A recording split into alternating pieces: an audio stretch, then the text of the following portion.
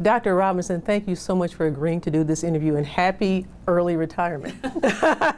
Thank you. You got a couple of weeks left. I've got a couple of weeks left. Now, you are retiring this month as one of the greatest change agent educators in the history of Fort Wayne Community Schools. During your long career, what would you say are some of the most positive changes you helped facilitate for the district? I think that the time that I was superintendent required it. So much of the accountability era started when I became superintendent. So many changes at the federal and state level.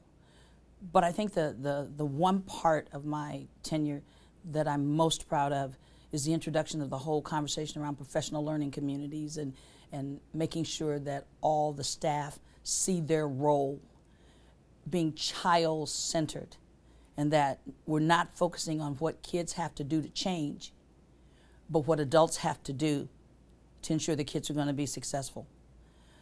The whole concept of the professional learning communities also required us to face all of those accountability challenges, the changes in the testing and all of the introduction of new technology and new standards. So the relying on everybody in the district to be a part of the solution.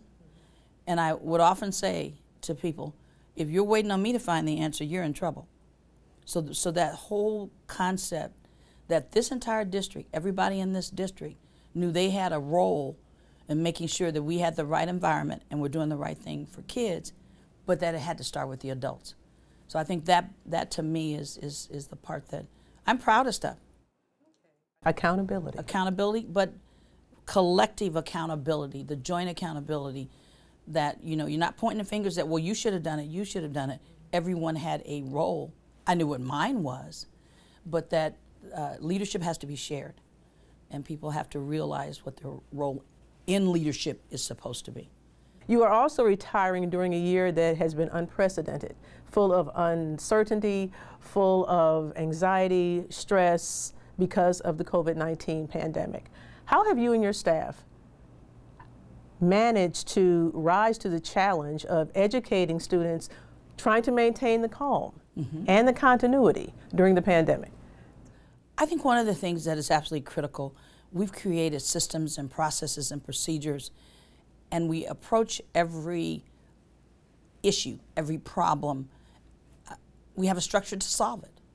So when the pandemic occurred, first of all, it just blew everybody away, because the first thing we had to do is we knew on Thursday we were leaving on Friday. So the emotional part of, you just send the kids out the door. We didn't have time to prepare. Some of the saddest scenes were in elementary schools where the kids were told that we didn't know when they would come back. And those kids, that's their life. They spend more time in the classroom with one teacher than they do their parents sometimes.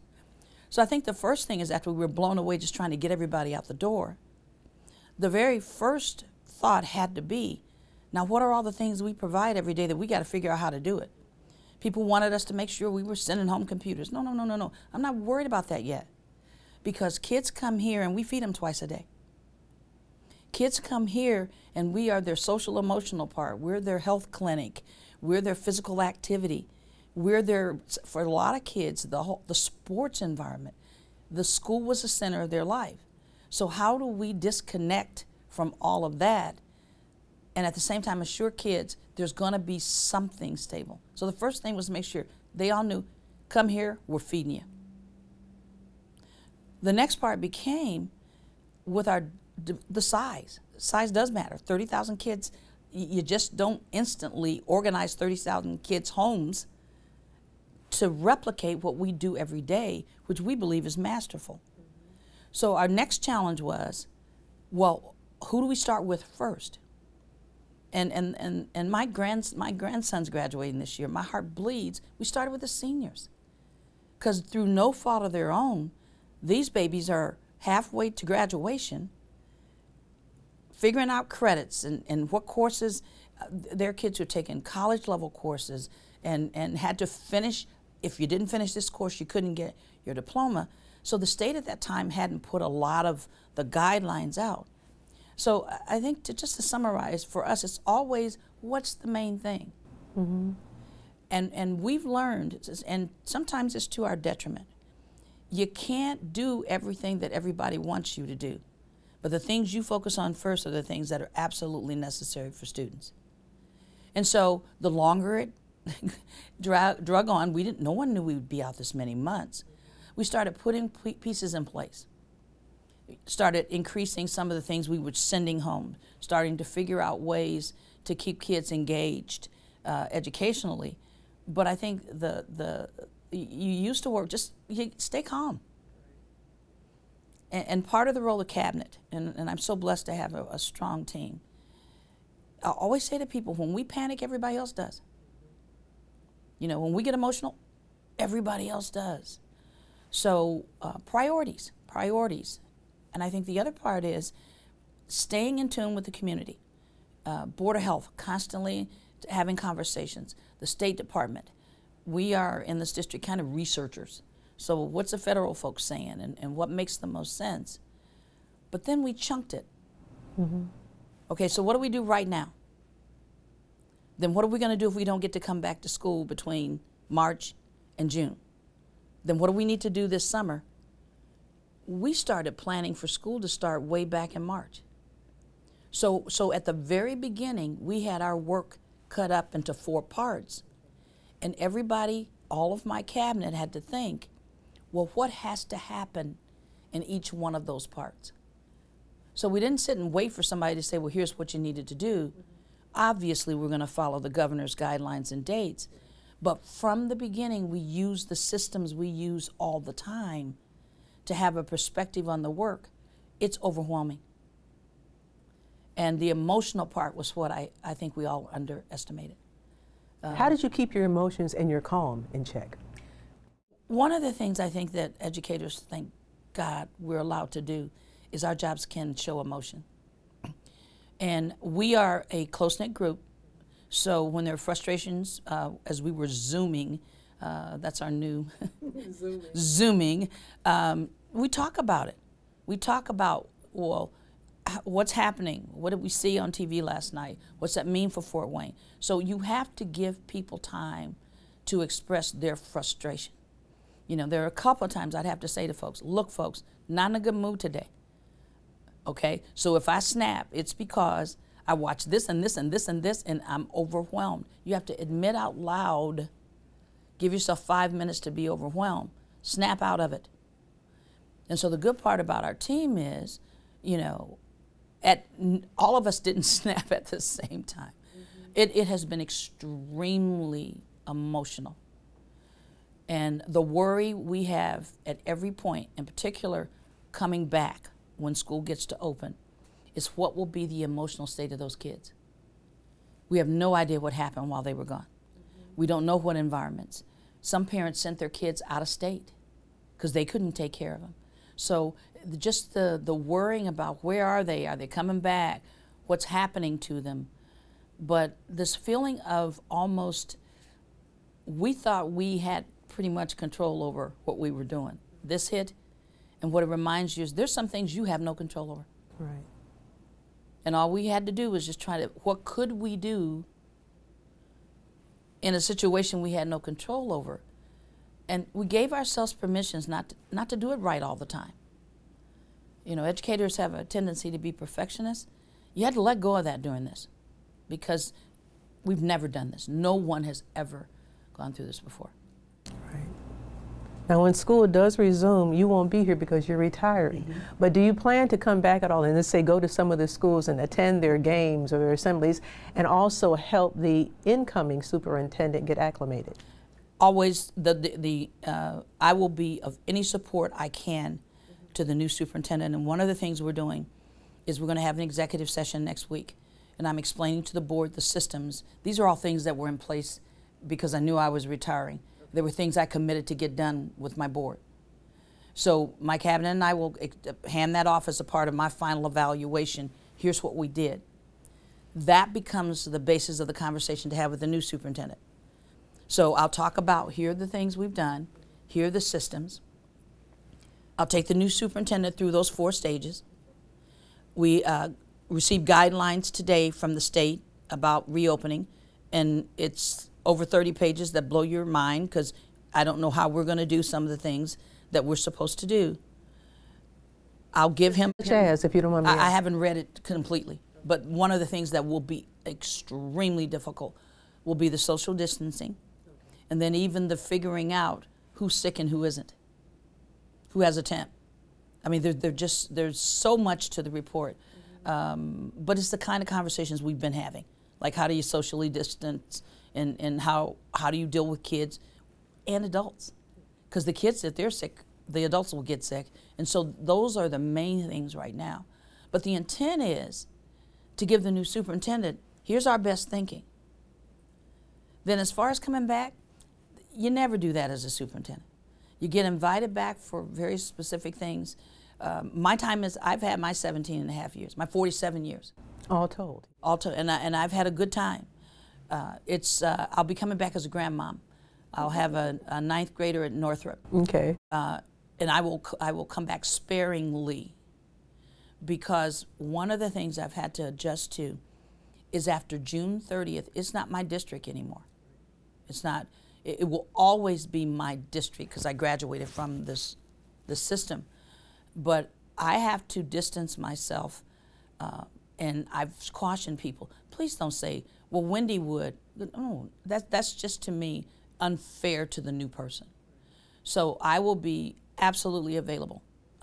My board knows that. That's a commitment I've made. I think we're all going to need, the board, the community, me, are going to need to help with this reentry plan, because the plan we got today, we have no idea what's going to happen by the time we get ready to go back. So my intent is to leave enough of a blueprint. There's some decisions that'll have to be made that will be, like, for example, the COVID money, the CARES Act, and some of the funding, the FEMA money. We'll give suggestions, but I'm not spending that money before the new superintendent comes. So that's the importance of having systems. Is you can leave structures, you can leave suggestions, because I would want somebody to do that for me. I can't even imagine starting a new job in the middle of a reentry from a pandemic. You know, but there's a strong crew here. He'll be okay. FWCS, the largest district in the state, the most diverse. Was it difficult to bring so many nations together? I think one of the things that we've tried to be very cautious about during my time here is defining what FWCS stands for, and what we have to provide all students. But in providing them the ability to be successful, productive adults, we had to know who they were. So it was important for us to allow all the diversity to maintain part of their diversity while they lived and worked here. So we weren't so interested in trying to make everybody the same. No matter what nation they came from, obviously we had to teach them to speak English. But you never force a people, even folks who are born right here in the United States of America, to give up how they grew up. So that's been a really important piece for me, that you honor diversity by setting a standard for what you want everybody to achieve academically, but then you honor where they came from by the social emotional support you give them, by understanding their culture. And the one piece that's always so hard for educators, if you don't know the family, you can't know the child. And it's difficult to communicate with families. But in our community schools, we have to have a broader responsibility than just the 6 hours we have the kids. Where do the kids live? Not in a nosy kind of way so you can know their business, but what are the expectations at home? And what I have learned is it's phenomenal as you allow kids to bring their culture into the classroom. It's just another way of learning. The kids who are in Fort Wayne Community Schools are so fortunate because of the diversity. And I just have to tell you this. I had an advisory student probably about 2 or 3 years ago who had gone to another system, and that's neither here nor there. And she said to me one day at the end of the advisory group, she said, you know, Dr. Robinson, I had to come to the Fort Wayne Community Schools to be proud of the fact that I'm from Puerto Rico. And you stop and think about that. That if we are not encouraging kids, I don't care where they come from, Bosnia, the middle of Africa, but that's a part of the responsibility this school district has, that it's not our job to take away your history. It's our job to figure out how to use your history to help you, some of that perseverance and resilience I talked about. And that's been, you approach diversity by recognizing that you have it. When people say all kids are the same, I just go, yeah, right. They're not. All black kids aren't the same. And so if you approach it from that perspective, you don't get overwhelmed by it. You just deal with every child, their family, and where are we trying to take them. In your 47 years in this district, looking back at it now, once you leave and retire, what do you think you'll miss the most? The people. One of the emotional struggles I've had, I have a student advisory group of about 26 high school students, freshmen through seniors. I talk to them about everything. They help with discipline codes. If we're going to start, they help think of ideas for the recent referendum. They review curriculum. They say things to me that grown-ups won't tell me. So if I really want to know if something makes sense, I would ask them. I haven't seen them in months. I used to be able to, we had 3 different recognitions in May. And at one of the recognitions, I would give them the book, Oh, the Places You Will Go. And I would recognize them and honor them for the seniors. So that's what I miss, the interactions. So many of the decisions in this district are made right out there in that hallway. Because something will happen, Crystal will get something, or one of the other chiefs, and they'll come up and say, well, this just came across and we need to figure out. And so we'd have a stand-up meeting. Right then and there. Right there in the middle of the floor. Now you have to plan it. You have to schedule the Zoom, and you got to, so the ability to interact. It's just pointed up, we are very social people. And the education business is a social business, but teachers, we get our teachers together 4 times a year for quality improvement planning, just the professional learning activities, just all the people business. That's what I'm going to miss. I miss that. What will you miss the least? I will miss, and notice how quickly I'm saying it, I will miss the regulations. I will not, let me say that again, I will not miss the overregulation of education. I will not miss the unrealistic expectations for accountability without providing the necessary resources. I will not miss the concept that you can make education a business. I think that is one of the things that I've seen throughout my career that has just broken my heart, that we've turned education into counting widgets and standardized testing and competition, and we're almost back to a haves and have-not type of situation because we've made it so regimented and almost at some point taken some of the joy out of it. But then the other half is, that's just a small part.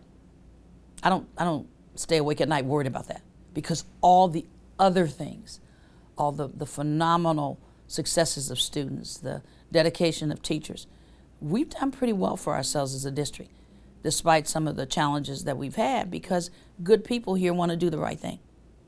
So, you know, I'll miss all the people in I'll miss seeing projects come to fruition. Okay. I'll miss seeing some of the work we just got started with Michael Fullen.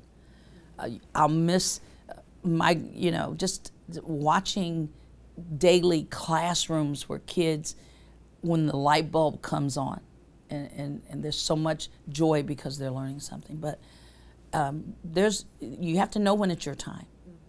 And people used to say, you'll always know when it's time to retire. And I go, yeah. Well, you do. You do. And for me, it's not a negative. I'm not leaving for a negative reason. I'm not leaving because I have to. It's just somebody else's time to take it to the next level. And I'm pretty proud of what I'm leaving. I'm pretty proud of what I've been a part of here. So retirement day, June 30th hits. What would be one of the first things that you do? Sleep past 5 o'clock. Well, let me say it this way. Every day of the week, my eyes come open at 4:47. It doesn't matter. Why 4:47? I have no idea. Because I know the alarm's going to go off at 5. It's just I mean, you do it 47 years, it's almost a habit. The body clock, yes. It's a body clock. So my body clock is 4:47. And we laugh about it at home. My husband and I laugh because at 4:47. And so I won't miss, it'll take me a year to stop waking up at 4:47. But that's the first part. I think the other part is, and I don't know how to do this yet, the decompressing. I have to decouple owning every single thing that has to do with Fort Wayne Community Schools and education. Detach yourself. I've got to, fortunately, I'm a part of some community types of things that, and some national kinds of things that will take some time, but nothing can replace the amount of time and energy I've put in this district. And I've got to retrain myself. I've got to retrain myself not to believe that, oh, that's for me to resolve, because it won't be. You know, so I'll need therapy. If you know a good therapist, you can let me know. So, Dr. Robinson, any advice, any parting words to the students, faculty, and staff? I said to Cabinet that's my immediate direct reports. What would break my heart is if all the things we put in place fell apart, because the only one who owned them was me. So everything that I've tried to do in this district has been making it better for kids and for adults. And so I would expect for people to still own it. You're going to do it better than I did. You're going to do it differently than I've done. But we created this district together. I cannot take credit for this district. The board, the administrators, parents, my students, everybody's had a role. And what I worry about so often, we're an instant nation, and we spend 5 minutes thinking about this, and then once that's gone, we hop to something else. This district can't afford to hop to something else, because we have an obligation for providing a foundation for the future for a large portion of the kids in this community. So I would say to the adults, to the board, and to the adults here, don't hop too quickly to something else. We haven't finished some of the major foundational pieces we need. But my message to the kids would be, you know, you still have to believe that if it doesn't work anyplace else for you, it's going to work here. You got to trust. Come back. You know, we'll take care of you when you get back. But then you also have to own your education. You have to work hard, and that's the piece that so often people don't focus on, how hard kids work. You know, there's some bright kids in today's generation. There's some kids who are going to resolve the COVID-19. They're going to resolve all the issues in the world because there's some really bright kids. And I just hope that kids don't get beaten down by how impossible it seems. But then that's on us as adults to make sure that they're in an environment where they still think it's possible to do anything they want to do. Thank you very much. Thank you.